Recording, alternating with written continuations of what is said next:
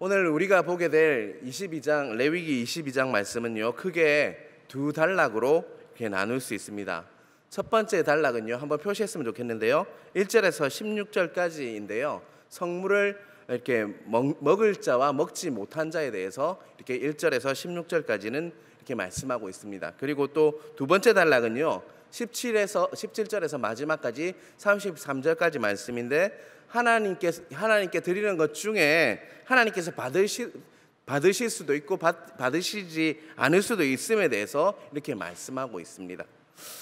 첫 번째 단락인 1절에서 16절을 먼저 살펴보도록 하겠습니다. 1절에서 16절까지 이렇게 12번 반복되는 단어가 있습니다. 그게 뭐냐면 바로 성물이라는 단어입니다. 원래 성물은 코데시라는 단어인데요, 성소 안에 있는 기구나 그리고 하나님께 드려지는 구별된 제물 전체를 이렇게 총체적으로 말할 때 이렇게 성물이라는 코데시라는 단어를 씁니다. 그런데 오늘 22장에 이렇게 성물은요, 특별히 그 중에 하나님께 바쳐진 그 제물 중에 제사장에게 다시 주어져서 제사장이 응당하게 먹어야 할 응식이라고 하는데요, 예전 성경을 보면 응식이라 되어 있어요. 제사장이 응당하게 먹어야 할 음식에 대해서 포커스를 맞추고 있는 것이 바로 오늘 22장의 성물이라는 단어라고 할 수가 있습니다. 우리가 먹는다는 것은 계속적으로 살아갈 수 있다는 것이죠. 우리가 먹지 않으면 어떻게 됩니까? 계속 살 수 있습니까? 저는 오래 살 수 있을 것 같은데요, 계속 살 수 없게 되는 것이, 먹는다는 것은 계속 사는 것을 말합니다. 먹지 못하면 우리는 죽을 수밖에 없습니다. 특별히 제사장은요, 하나님으로부터 오는 그것을 먹어야 살 수가 있었습니다.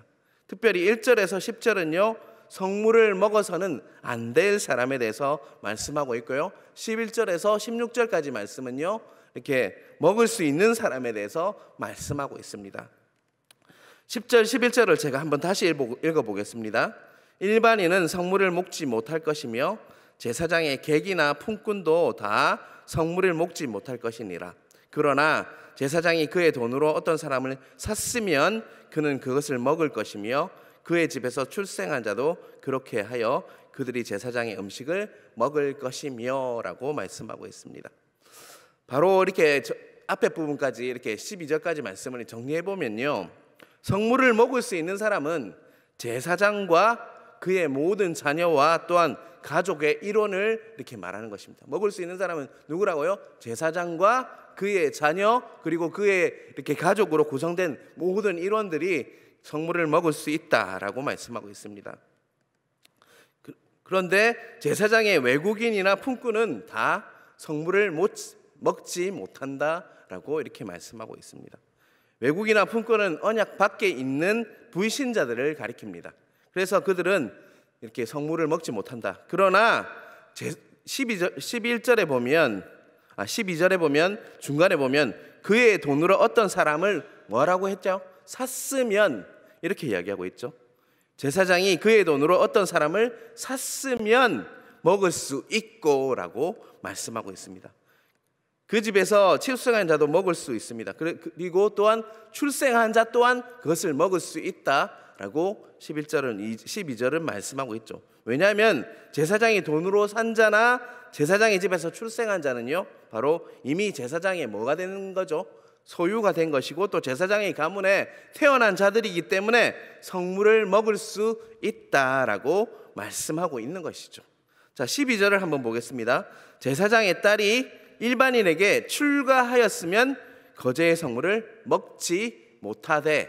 그런데 제사장의 딸이 누구에게 출가했다고요? 일반인에게 출가하였으면 거제의 성물을 먹지 못한다라고 분명히 이야기하고 있습니다. 원래 제사장의 딸은 성물을 먹을 수 있습니다. 왜?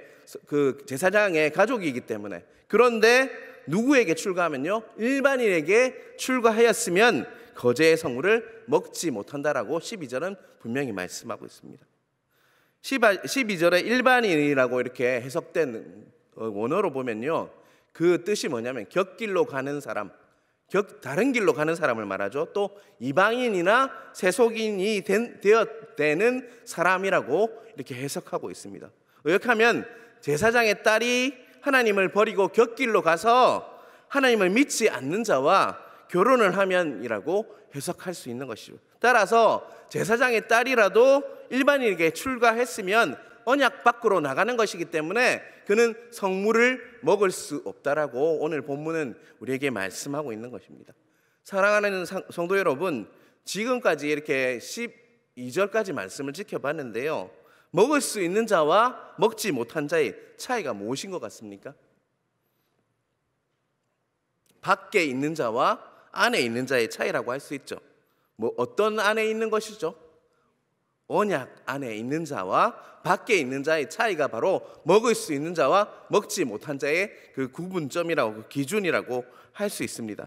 품꾼이라도 품꾼이라도 제사장이 무엇을 지불하면요, 값을 지불하면, 샀다면 그 자는 언약 안으로 들어오는 것이고, 그러나 아무리 제사장의 딸이라고 할지라도 일반인과 결혼했다면 언약 밖으로 나가는 것이기 때문에 그들은 성물을 먹을 수 없다라고 말씀하고 있다는 것을 잊지 마시길 바랍니다. 다시 말하면 하나님의 언약 안에 있는지 언약 밖에 있는지가 먹고 안 먹고의 기준이고, 영적으로 사는지 죽는지의 그 기준이 된다라고 오늘 본문은 우리에게 말씀한다는 것을 잊지 마시길 바랍니다. 사랑하는 성도 여러분, 우리 모두는요, 어찌 보면 이방인 품꾼과 같은 자였습니다. 하나님으로부터 오는 성물을 결코 먹을 수 없는 자였죠. 계속 하나님의 성물을 공급받아야지 우리가 살 수가 있는 자인데, 이미 하나님과의 관계가 죄로 인해서 끊겨서 마치 이방인과 같이, 품꾼과 같이 하나님의 성물을 먹을 수 없어서 살 수 없는 죽었던 자였다는 것입니다. 하지만 우리의 영원한 대제사장이신 예수님께서 우리를 예수님의 피로 사셔서, 오늘 샀다라는 본문이 있지 않습니까? 사셔서 생명의 떡인 예수님을 매일매일 먹게 하심으로 우리를 살리시고 영원한 생명을 주셨다는 것을 오늘 본문을 통해서 깨달으시길 바랍니다. 요한복음 6장 35절 53절을 제가 읽겠습니다. 예수께서 이르시되 나는 생명의 떡이니 내게 오는 자는 결코 줄이지 아니할 터이요 나를 믿는 자는 영원히 목마르지 아니하리라. 아멘. 53절입니다. 예수께서 이르시되 내가 진실로 너희에게 이르노니 인자의 살을 먹지 아니하고 인자의 피를 마시지 아니하면 너희 속에 생명이 없느니라. 아멘. 사랑하는 성도 여러분, 오늘 새벽 우리 이렇게 기도했으면 좋겠습니다. 택한 백성이 아니라 외국인 이방인 같았던, 그리고 또 하나님의 자녀가 아니라 품꾼 같았던 우리를 예수님의 피로 대신 사셔서 우리에게 생명의 떡이신 예수님을 매일매일 먹어주셔서 우리를 살리시고 영원한 생명을 허락하신 하나님께, 그리고 우리 예수 그리스도께 찬양하며 감사하는 기도를 올려드렸으면 좋겠습니다. 우리 정말 주님이 아니셨다면 우리는 정말 그 영원한 하나님으로부터 오는 성물을 먹을 수 없어서, 예수님을 먹을 수 없어서 죽을 수밖에 없던 자였습니다. 하지만 이미 죽었던 우리를 예수님으로 인해서 살려주셔서 영원한 생명의 떡이신 그분을 매일매일 먹고 이렇듯 예수 그리스도로 인해서 주님께로 나가서 예배하는 자로 우리를 불러주셨습니다. 그리고 우리는 기도할 때마다 하나님의 음성을 들을 수 있고요, 하나님께 나아갈 수 있는 자로 불러주셨다는 것이 우리가 정말로 기뻐하며 감사하며 찬송 올릴 수 있는 원인이 되어야 합니다. 우리가 어떠해서, 상황과 처지가 어떠해서 하나님께 찬양하고 하나님께 나아갈 수 있는 것은 정말 극한적입니다. 하지만 정말 살려주신 예수 그리스도로 인해서 우리를 정말 생명으로 살려주신 그분으로 인해서 영생을 주신 예수님으로 인해서 감사하고 찬양하는 것이 회복되어야지만 온전히 우리가 회복될 수 있다는 것을 기억함으로 오늘 새벽 정말 기도할 때 정말 예수님께, 하나님께 온전히 찬양과 감사를 올려드리시는 여러분 되시길 주님으로 축복합니다. 두 번째 단락인 17절에서 25절까지를 보기를 원합니다. 17절부터 25절까지는요, 하나님께 드리는 것을 하나님께서 받으실 수도 있고요, 또 받으시지 않을 수도 있음을 말씀하고 계십니다. 레위기 22장 18절 19절을 한번 볼까요? 아론과 그의 아들들과 이스라엘 온 족속에게 말하여 이르라. 이스라엘 자손이나 그 중에 거류한 자가 서원 제물이나 자원 제물로 번제와 더불어 여호와께 예물로 드리려거든 기쁘게 받으심이 되도록 소나 양이나 염소의 흠 없는 수컷으로 드릴지니 흠 있는 것은 무엇이나 너희가 드리지 말 것은 그것이 기쁘게 받으심이 되지 못할 것임이니라. 분명히 이렇게 말씀하고 있습니다. 하나님께 드리는 데 있어서 가장 중요한 것이 오늘 본문을 통해서 뭐라고 하고 있는 거죠? 그 예물을 하나님께서 기쁘게 받으시는지 받지 않으신지가 아주 중요하다는 것이죠. 우리의 관점이 아니라 하나님이 어떠하는지가 정말 중요하다라고 오늘 본문은 이야기하고 있습니다. 제사 행위 자체가 구원의 능력이 있는 것이 아닙니다. 우리가 하나님의 말씀대로 정성을 다해서 하나님 말씀대로 순종할 때 하나님께서 그 순종을 만족하시며 기쁘게 받으시고 또 그로 인해서 우리에게 복을 허락하십니다. 여기서 흠없는 제물은요, 흠없는 누구이신 것 같습니까? 이거 레위기에 있지만 이분을 예표하고 있습니다. 레위기를 보면서 우리는 한 분에게 집중해야 합니다. 바로 흠없는 어린 양이신 우리의 영원한 제물 되시고 또 우리의 영원한 대제사장이신 예수 그리스도, 그분을 예표한다고 할 수 있습니다. 우리는 흠없는 어린 양이신 예수님 때문에요, 예수님 피 때문에 흠없는 제물을 하나님께 드림으로 정말 하나님께서 기뻐하시는 예배를 드릴 수가 있는 것입니다. 그런데 말라기 1장 8절을 제가 천천히 한번 읽어보겠습니다. 이렇게 말씀하고 있습니다. 만군의 여호와가 이르노라 너희가 눈먼 희생제물을 바치는 것이 어찌 악하지 아니하며 저는 것 병든 것을 드리는 것이 어찌 악하지 아니하냐. 이제 그것을 너희 총독에게 드려보라. 그가 너를 기뻐하겠으며 너를 받아주겠느냐. 하나님께서 만군의 여호와께서 이렇게 말씀하십니다. 우리 자신의 이 말씀은요, 우리 자신의 예배를 점검해라 라고 말씀하시는 것 같습니다. 분명히 말라기 1장 6절에는 그 앞절에는 이렇게 이야기하고 있죠. 우리가 어떻게 주의 이름을 멸시하겠습니까? 이스라엘이 이렇게 얘기했어요. 난 절대로 우리 예배 잘 드리고 있고 하나님의 이름을 멸시한 적이 없습니다 하는데 1장 8절에는요 이렇게 하나님께서 말씀하시는 눈먼 희생제물을 바치는 것이 어찌 악하지 아니하며 저는 것 병든 것을 드리는 것이 어찌 악하지 아니하겠느냐. 너희들은 정말 나를 멸시하지 않는다고 하는데 너희들은 항상 예배 드릴 때 눈먼 제물을 가지고 오고 또 저는 것 병든 것을 가지고 와서 제물로 드리고 있다. 이 말은 너희들이 예배를 어떻게 하고 있다는 것입니까 여러분? 제대로 드리지 않고 있다 라고 하나님께서 말씀하시는 거예요. 만군의 여호와가 너에게 말씀하신다는 말은 너희들 들어라. 너희들 예배가 정말 잘못되었다. 하나님께서 말라기를 통해서 우리에게 말씀하고 있는 것입니다. 그런데 그들은요 모든 것이 정상적으로 이렇게 예배를 드리고 있고 옳은 예배를 드리고 있다라고 여겼다는 것이죠. 이런 상황은요 구약시대 이야기만이 아닙니다. 바로 우리 자신의 이야기라고 할 수가 있습니다. 저는요 선교사로 선교지에 있었고요, 또 선교지를 가기 전에도 그리고 또 선교사로 나갔다가 들어온 후에도 선교지를 제법 많이 다녔습니다. 그런데 그곳에서 항상 마음이 깨어지고 또 하나님 아버지의 마음을 느꼈던 상황은 항상 동일했던 것 같습니다. 여러 곳을 다녔는데요 항상 동일하게 이곳에 있으면 저는 정말 내가 깨어지고 은혜를 받았던 기억이 있습니다. 여러분 태국 치앙마이에 다녀오신 분들도 이렇게 동일한 경험을 했을 것이라고 저는 생각합니다. 내 마음이 깨어지고 정말 멈출 수 없는 한없는 눈물이 흐르고 또 하나님 아버지가 얼마나 그 영혼들을 사랑하시는지를 느꼈던 장소는요 다른 곳이 아니라 현지인 교회에서 예배를 드릴 때였습니다. 태국 치앙마이에서 이렇게 선교하셨던 분들도 그들과 함께 현지인들과 예배를 드릴 때 정말 내가 깨어지고 내가 얼마나 높은 자인지 교만한 자인지를 깨닫고 정말 내 예배를 체크했을 것입니다. 모로코도 그랬었고 이집트도 그랬고 모르타니아, 캄보디아, 인도네시아, 말레이시아 정말 제가 일본, 중국까지 제가 갔을 때마다 현지인 예배에 이렇게 들어가서 예배를 드릴 때마다 내가 깨어지는 것을 느꼈어요. 특별히 이슬람 국가인 모로코에는 제가 오래 있었습니다. 그곳에서 이렇게 현지인들과 결코 이렇게 마음껏 예배를 드릴 수 있는 곳이 아닙니다. 예배하는 것이 이슬람 지역이기 때문에 예배하는 것이 발각되면 어떻게 될까요? 그들은요 종교 경찰에게 끌려가게 되고요 고문을 당하기도 합니다. 제 친구 알리는 분명히 고문을 당했다고 했습니다. 그리고 또요 극단적인 테러리스트들이 와서 그들을 죽여도 할 말이 없는 곳이 바로 이슬람 지역입니다. 그래서 마치 스파이 영화를 찍듯이 예배를 드리기 위해서는 한 명 한 명 문 앞에 망을 보다가 들어가서 예배를 드려야 했습니다. 주위를 살피면서 한 사람 한 사람씩 예배 장소로 모여야 했습니다. 그래서 예배를 드릴 때마다 다 모이는 시간이 1시간 반 정도가 걸렸어요.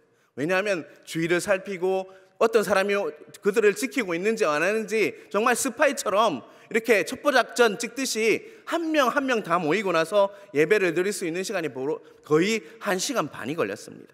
그리고 다 모였을 때 서로를 보면 어떤 현상이 일어날까요? 서로의 눈빛만 봐도요 눈물이 뚝뚝 떨어지는 것을 느낄 수가 있었습니다. 왜요? 그들의 일주일 동안 살아온 그 시간이 얼마나 힘든 시간이었는지, 예수 그리스도를 구주로 선포하면서 사는 것이 얼마나 힘든 시간인지 알 수 있었기 때문이었습니다. 그래서 그들의 눈빛만 봐도 눈물이 뚝뚝 떨어지는 것이었습니다. 이슬람권에서 예수님을 믿고 사는 것은요 모든 것을 다 포기하는 것입니다. 직장도 결혼도요 그리고 그들의 장래의 꿈도 다 포기해야만 예수 그리스도를 구주로 이렇게 선포할 수가 있는 것이 그들의 삶입니다. 그렇게 어렵게 모였다면요 마음 놓고 기도하고 우리나라 통성으로 기도하시 마음 놓고 기도하고 또 마음 놓고 찬양하고 또 마음 놓고 말씀을 들어야 하지 않습니까? 그런데 결코 그렇지 않습니다. 마치 이렇게 읊조리듯이 기도하고요 찬양도 그냥 조용히 기도합니다. 또 말씀도요 누가 들을까봐, 혹시나 누가 볼까봐 말씀을 전파하는 것도요 아주 조용히 전파합니다. 그런데요 너무나도 신기하게요 너무나도 나지막한 목소리로, 나지막한 또 찬양으로, 또 마지막한 말씀으로 말씀을 전하지만요 그 예배는 어떠한 예배보다 파워풀했고, 또 어떠한 예배보다 정말 하나님께 온전히 예배드리는, 하나님만 높여드리는 그런 예배였다는 것을 저는 기억합니다. 다른 선교지에서도 마찬가지였습니다. 우리 부산영락교회처럼 잘 갖추어진 마이크 시스템이나 냉난방 설비와 또 조명 설비가 있지 않았지만 그들은요 자신의 삶과 마음을 다해서 찬양하고 기도했고 또 말씀에 집중했기 때문에 하나님께서 받으시기에 합당한 그러한 예배를 드리고 있었기 때문에 함께하는 나도 그 현지인들의 그 마음이 느껴져서 정말 이 예배는 하나님께서 정말 받으시기에 합당한 예배구나, 하나님께서 정말 기쁘시게 받으시는 예배구나를 느낄 수가 있었습니다. 그럴 때 우리는 높았던 마음이 낮아지고요 우리의 교만함이 깨어지고 하나님의 마음, 그들에 향한 하나님이 얼마나 우리 영혼들을 사랑하는지가 느낄 수 있는 예배가 그 예배였다는 것을 기억합니다. 오늘 본문 17절에서 25절까지 기쁘시게 받으시다, 라촌이라는 단어가 총 7번이나 등장합니다. 우리의 재물이나 예배의 핵심은요 하나님께서 뭐 하는 거라고요? 기쁘시게 받으시는 것입니다. 하나님 마음에 드는 것입니다. 하나님께서 받으시는 것이 핵심이지 우리가 받는 게 핵심이 아니라는 것이죠. 우리는 드려야 하는 존재라는 것입니다. 며칠 전 레위기 17장에서 말씀드렸듯 제사는요 제단에 피를 뿌리고 또 그 기름을 불사르면 향기로운 냄새가 나서 하나님께서 그 기름 타는 냄새를 흠양 맡으시는 것입니다. 그것을 받으시는 것입니다. 성경에서 기름은요 재물 중에 가장 좋은 것입니다. 이는 제사 드리는 자가 자신의 가장 귀한 것을 하나님께 어떻게 하는 거라고요? 드리는 것입니다. 예배는 드리는 것입니다. 그럴 때 하나님께서 그것을 흠양하시고 기쁘게 받으십니다. 이것은요 예배의 우선순위가 자신의 필요를 채우는 것, 우리가 받는 것이 아니라 먼저 하나님께 드리는 것이라는 것을 우리 오늘 본문을 통해서 다시 한번 말씀하고 있다는 것을 잊지 마시길 바랍니다. 오늘 우리의 예배를 이 말씀에 비추어 본다면요, 우리의 모든 예배가 과연 하나님께서 기쁘시게 받으시는 예배가 되고 있는지 우리는 장담할 수 없다는 것입니다. 사랑하는 성도 여러분, 우리의 드림은요 우리에게 있지만 하나님께서 받으심은요 하나님께 있음을 잊지 마시길 바랍니다. 우리의 여부가 아니라 하나님께서 어떻게 받으시는지가 우리가 예배가 승리하고 우리가 하나님께 온전한 예배를 드리는 기준이라는 것을 잊지 마시길 바랍니다. 흠없는 제물이신 어린 양 예수님의 피로서 우리는 온전한 예배를 드릴 수 있는 기회가 열렸습니다. 하지만 하나님께서 받으시는 것은요 우리의 어떠함이라는 것을 잊지 마시길 바랍니다. 우리가 어떻게 예배를 드려도 받으시는 것이 아니라 하나님께서 받으시기에 합당하신, 하나님께서 기뻐하시는, 하나님께서 온전히 받으시는 예배를 통해서 우리가 정말 승리함으로 우리의 모든 부분도 승리하는 예배가 될 수 있는 여러분 되시길 간절히 바랍니다. 하나님께서 부어주시는 풍성한 사랑과 은혜를 그러할 때 온전히 누림으로 살 수 있다는 것을 잊지 않으시는 여러분 되시길 간절히 바랍니다. 오늘 새벽 예배에 나오시는 모든 분들, 항상 모든 예배에 있어서 하나님께서 받으시기에 합당한, 정말 하나님께서 기뻐하시는 예배를 드리는 여러분 되시길 주님의 이름으로 축원합니다. 기도하겠습니다.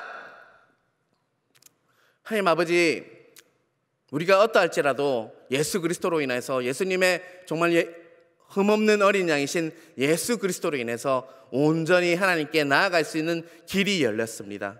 하지만 우리의 온전한 마음과 우리의 온전한 태도와 온전함으로 하나님께 나아갈 수 있는 것을 기쁘시게 받으시는 하나님 아버지, 우리의 예배가 항상 하나님께서 기쁘시게 받으시는 정말 연락하는 그런 예배가 될 수 있도록 함께하여 주시옵소서. 오늘 새벽 정말 하나님 예배 영을 부으시고 영과 진리로 예배함으로 온전히 하나님께 온전히 드릴 수 있는, 우리 삶까지 드릴 수 있는 그런 예배가 우리에게 있을 수 있도록 함께하여 주시고, 날씨가 무덥고 힘들지만 우리의 마음은 온전히 뜨거워서 하나님께 온전함으로 나아갈 수 있는 그런 열정을 부어주시고 하나님이 주시는 영으로 함께하여 주셔서 온전히 항상 예배의 승리함으로 온전히 승리하는 우리들 될 수 있도록 함께하여 주시옵소서. 오늘 또 기도 제목으로 새벽 기도로 나왔습니다. 새벽을 깨웁니다. 하나님 정말 우리가 기도할 때 응답하여 주시고 크고 은밀한 것들을 가르쳐 주셔서 이 시간을 통해서 하나님이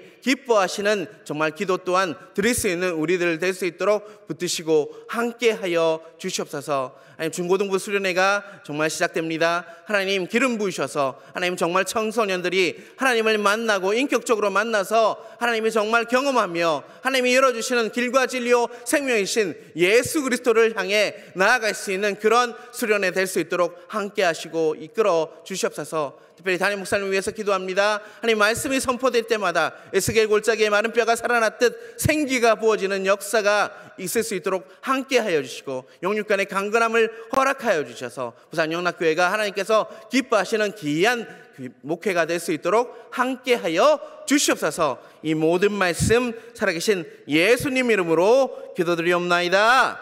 아멘.